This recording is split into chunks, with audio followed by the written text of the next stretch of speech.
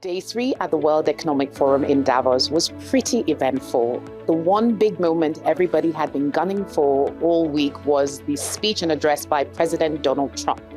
And it was both interesting, intriguing, but the one thing it successfully did was to de-escalate tensions with Trump's European allies. Trump totally ruled out the idea of military intervention in Greenland under the current conversations. And what that did was also help to calm markets. We saw US equities markets rally, European markets stabilize. And I think it also set the table open for negotiations with European allies over the next days and weeks. The other important and interesting part of Day 3 here was the session that was held by Nigeria's Vice President, Senator Kashim Shettima, in which he spoke about food security. We also heard an interview that Nigeria's Finance Minister and Coordinating Minister for the Economy, Wale Edun, held with Bloomberg concerning debt sustainability, Nigeria's reaction to current global trade schisms, as well as plans around tax reform. And finally, perhaps the highlight for me was the conversation I had with the Director General of the World Trade Organization, Dr. Ngozi Okonjo-Iweala. So it was an eventful Day 3 here at Davos, and we bring you all the intrigue and the stories that really made the headlines here. What markets heard in Davos was not a speech designed for applause. It was a signal-setting exercise. Well, thank you very much, Larry. It's great to be back in beautiful Davos, Switzerland, and to address so many respected business leaders, so many friends, few enemies. That signal was about power, capital, and leverage, and how it will be exercised in this phase of the global economy. There were 4 key things that I took out of the speech given by President Donald Trump of the United States. First, this idea of US economic exceptionalism, the idea that the US economy is structurally more resilient, innovative, and productive than its peers. He repeatedly framed the United States as the only economy combining scale growth, capital depth, energy security, and policy decisiveness. The emphasis on strong GDP growth, rising incomes, capital inflows, and defeated inflation was not about statistical precision. It was about narrative dominance, and in markets, narrative shapes flows. By asserting that the US remains the world's primary growth engine and that when American booms, the world booms, Trump reinforced a structural bias towards US assets. The second thing that stood out was a major signaling for markets around trade policy. Trump framed tariffs not as temporary distortions, but as successful revenue-generating tools that reduced trade deficits, boosted exports, and reshaped bargaining power. In fact, what I gleaned from what he said is that tariffs are now a permanent feature of US economic statecraft. I think the third area that stood out for me is his positioning on energy. Energy was positioned as the third pillar of US power. Trump's emphasis on rising oil production, fast-tracked nuclear approvals, and outright rejection of climate-first industrial policy signals regulatory clarity for fossil fuels and nuclear energy in the US. For markets, this introduces a bearish undertone for global oil prices over time, strengthens the investment case for nuclear and grid infrastructure, and deepens the policy divergence between the US and Europe. And fourth, and a pretty evident one, was geopolitics. This was where his speech became most revealing, particularly on Greenland. Trump was explicit in ruling out the use of military force. That mattered immediately to markets because it removed the risk of sudden escalation and helped reverse earlier sell-offs. But it would be a mistake to read that as de-escalation. Instead, Greenland was framed as a security and negotiation issue, not a resource grab and not an annexation. When Trump said, "You can say yes or you can say no," and we will remember, he seemed to be speaking specifically about Denmark and Greenland, not the global system at large. And that pattern is important. It suggests the Trump administration prefers economic confrontation over military conflict and leverage over invasion. NATO was also reframed through this lens. Trump presented security guarantees as transactional. And more importantly, he set the stage for a potential negotiation with his European allies and with NATO.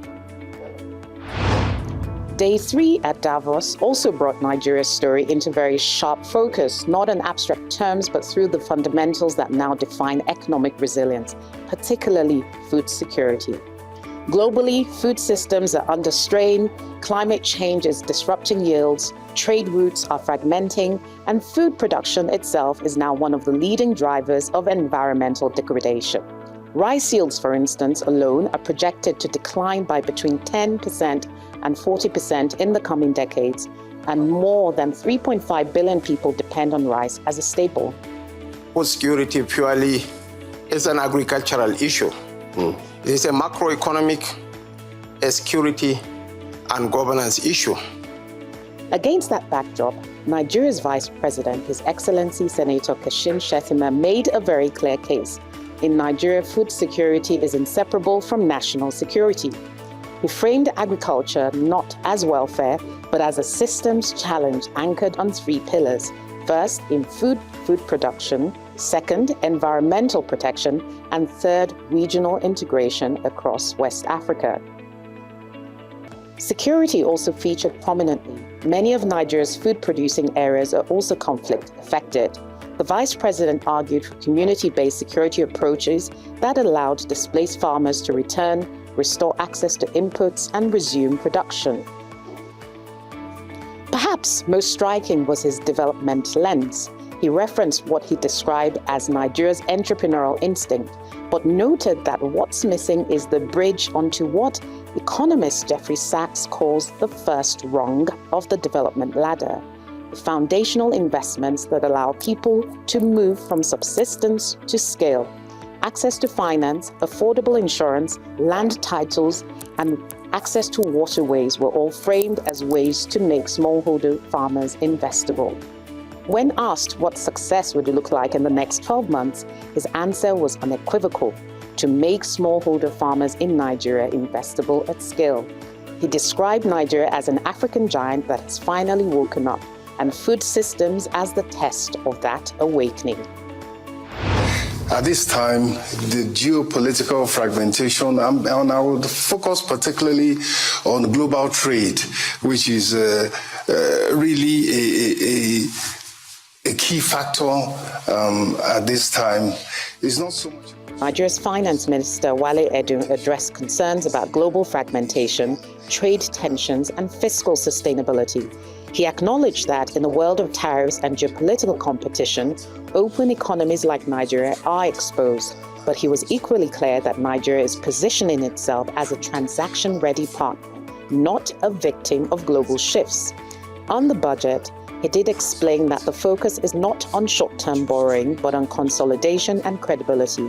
While Nigeria has room to return to Eurobond markets, the preference is to rely less on external debt and more on domestic savings. That theme came up repeatedly. With the private sector accounting for roughly 90% of Nigeria's GDP, the government's priority is to consume less, save more, and mobilize domestic resources. Tax reforms are central to that, with a clear target to lift Nigeria's tax-to-GDP ratio from around 13% toward 18%, using technology to broaden the base rather than overburden existing taxpayers. On debt sustainability, the minister avoided hard thresholds, but stressed revenue growth, exchange rate stability, and trade partnerships, including a newly signed comprehensive economic partnership with the UAE, as key buffers in a world where multilateral finance is becoming less predictable. It is true that trade has been severely disrupted for the biggest disruption in 80 years. But I just want to say that almost 3/4 of world trade is still going on WTO terms. In a conversation I had with Dr. Ngozi Okonjo-Iweala, Director General of the World Trade Organization, the tone was notably forward-looking. She pushed back against the idea that multilateralism is over. What we are seeing, according to her, is the biggest disruption to the trading system in 80 years. But disruption also creates openings. Her argument was that as major economies seek to diversify supply chains, Nigeria and Africa can position themselves as alternative suppliers, particularly in pharmaceuticals, textiles, agro-processing, and digitally delivered services. But she was clear, this opportunity will not fall into Nigeria's lap. Value addition is the missing link. Even within Africa, trade remains dominated by raw commodities. Nigeria, she argued, has the skill to dominate African textiles, fashion, and apparel if policy, infrastructure, and trade facilitation align. Her message was ultimately one of agency.